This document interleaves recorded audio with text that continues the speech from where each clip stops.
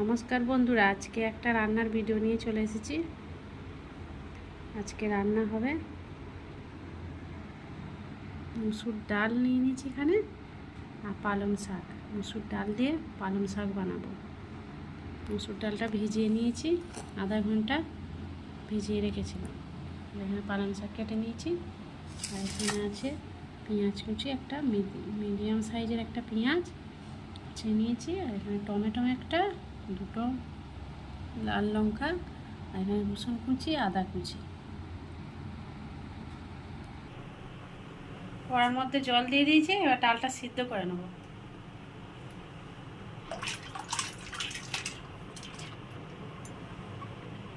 এক কাপ ডাল আছে এতে, 1 কাপ ডাল দিয়েছি। ডালটা সিদ্ধ হচ্ছে, হাফ সিদ্ধ হয়েছে, ভালো করে সিদ্ধ করে নেবো একটু।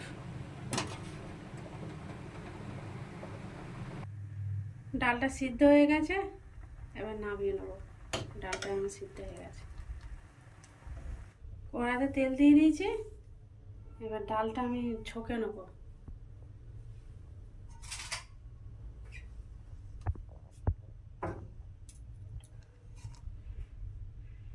গোটা জিরে দিয়ে দেবো,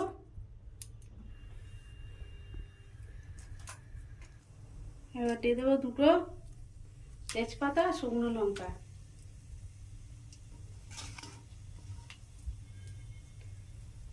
আর লঙ্কা দিয়ে দেবো, লাল লঙ্কাগুলো, কাঁচা লঙ্কাগুলো।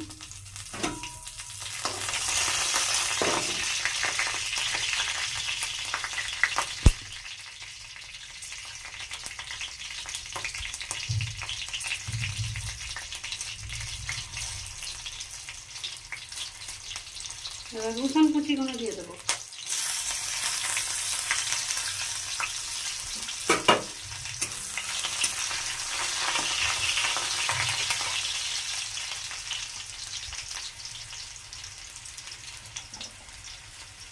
রসুন কুচিগুলো একটু ভাজা ভাজা হয়ে যাবে, তারপর পেঁয়াজ কুচিগুলো দিয়ে দেবো।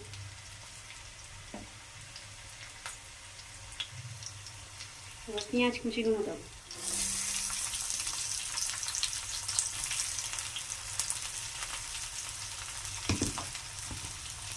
আদা কুচিগুলো দিয়ে দেবো।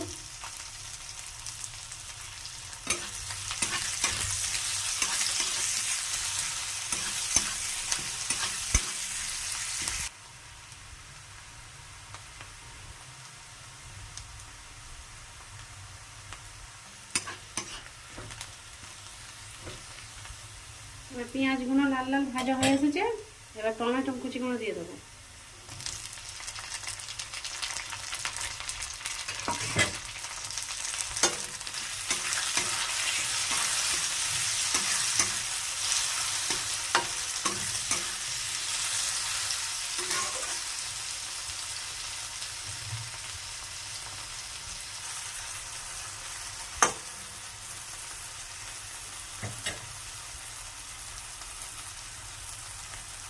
টমেটোগুলো নরম হয়ে এসেছে, এবার পালং শাকগুলো দিয়ে দেবো মধ্যে।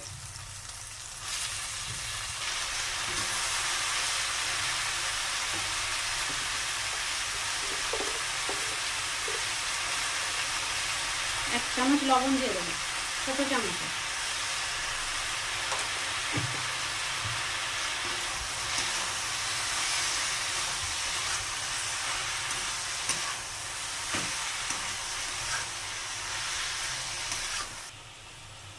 শাকটায় কত জল বেরিয়েছে দেখো।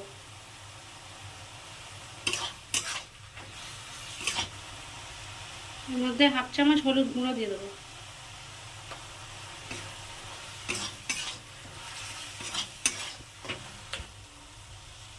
আর হাফ চামচ চিনি দিয়ে দেবো।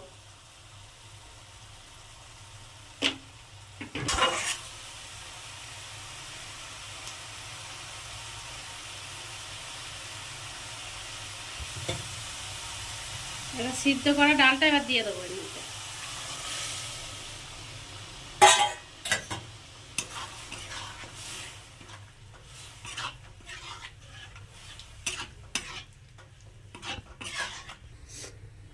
জল দিয়ে দিয়েছি, এবার ডালটা ফুটবে, ঘি দিয়ে নামিয়ে নেবো। তারপরে 1 চামচ ঘি দিয়ে নামিয়ে নেবো।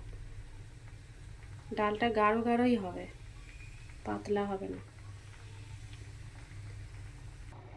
ডালটা ফুটে গেছে, এবার 1 চামচ ঘি দিয়ে দেবো। আর এই বাটিটার আমি 1 বাটি জল দিয়েছিলাম ডালটাতে, বড় বাটি, খুব বড়ও নয় খুব ছোটও নয়।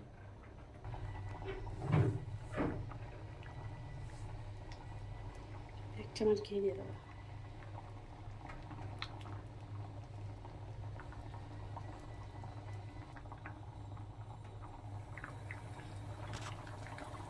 এবার নামিয়ে নেব। ডালটা হয়ে গেছে, এবার দেখাবো।